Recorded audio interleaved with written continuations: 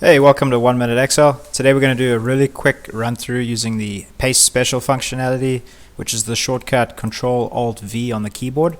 Basically, when you use this, you copy something you want to paste over and you're going to use the shortcut Ctrl Alt V. It'll bring up a menu here, and the things to remember are F for formulas, V for values, T for formats, C for comments, and then additionally, as a little bonus here, you can use M for multiply, I for divide, and E for transpose. Let's look at some examples. It'll make more sense as we go.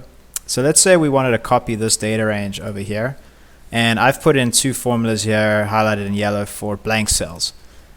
So the first thing we're going to do is let's copy over the formulas. Ctrl Alt V for pasting, and we're going to hit F. So that'll copy the formulas in.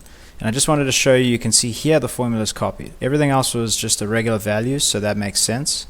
If we did the exact same thing, but we did V, Ctrl Alt V, V, you'll see here it pasted values. It actually got rid of the formulas. And then the same thing if we want to do format, it'll only paste the format over. That's the T over there.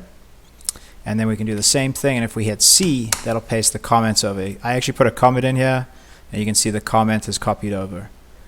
Then as a little bonus here, if you copy a multiple factor, let's say you wanted to multiply all these values by 5 really quick, you can select the range, do Ctrl Alt V, select value first, but then hit M.